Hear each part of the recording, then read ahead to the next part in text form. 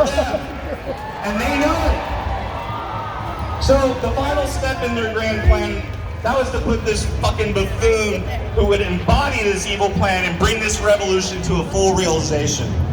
Trump is the final boss in this video game we call American democracy.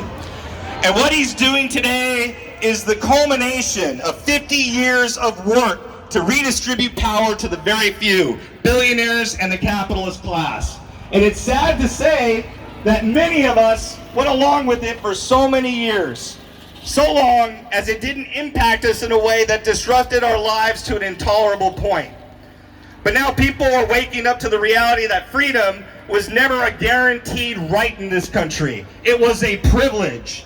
And privileges can be taken from you anytime if you're caught sleeping. So I'm glad you're here, and I'm glad you're letting your voices be heard now. But let me say this. The labor movement has been fighting against these forces from the very beginning. You see, the labor movement wasn't built in the boardrooms. It was born in the fields, in the factories, in the mines, and in the streets. We come from the Haymarket rebels in Chicago who demanded an 8-hour workday and were met with bullets. We come from the women of the 1912 Bread and Roses strike who said, we want not just to survive, but to live. We come from Cesar Chavez and Dolores Huerta,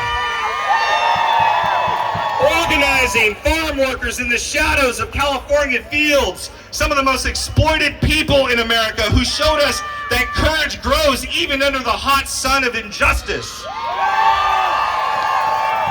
We come from people who understood something deep, that our lives are on the line, our families are on the line, and our only solution is to break free from the chains that keep us down.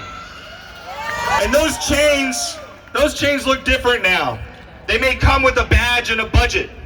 They may come in the form of rent due on the 1st, or a boss who schedules you without notice, or a governor who thinks that dragging workers back into the office will fix capitalist problems downtown.